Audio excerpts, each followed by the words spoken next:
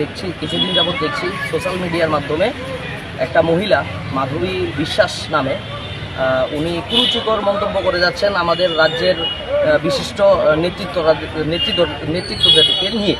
তো সে বিষয়ে জিনিসটা আমরা যখন চোখে এসছে, আমরা উনার বিরুদ্ধে আমরা থানাতে একটা এফআইআর করতে এসেছি এবং এফআইআর আমাদের কাছ থেকে নিয়েছে এবং থানা আশ্বস্ত করেছে ওনারা যথাসম্ভব যত তাড়াতাড়ি সম্ভব হয় আইনিভাবে ওনার মাধ্যমে প্রক্রিয়াকরণ করবে কি করা যায়।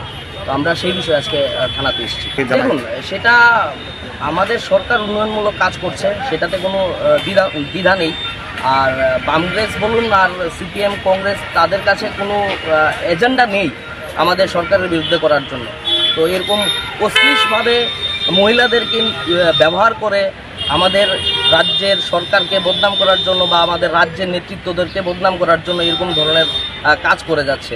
আমরা মহিলাদেরকে মা দুর্গার রূপে পূজিত করি, কিন্তু এই মহিলা যেরকম ধরনের বাজে ওয়ার্ড ইউজ করে বলছেন, তো আমার মনে হয় না উনি উনার মতো মহিলাদের জন্য আমাদের নারী শক্তির অপমানিত হচ্ছে।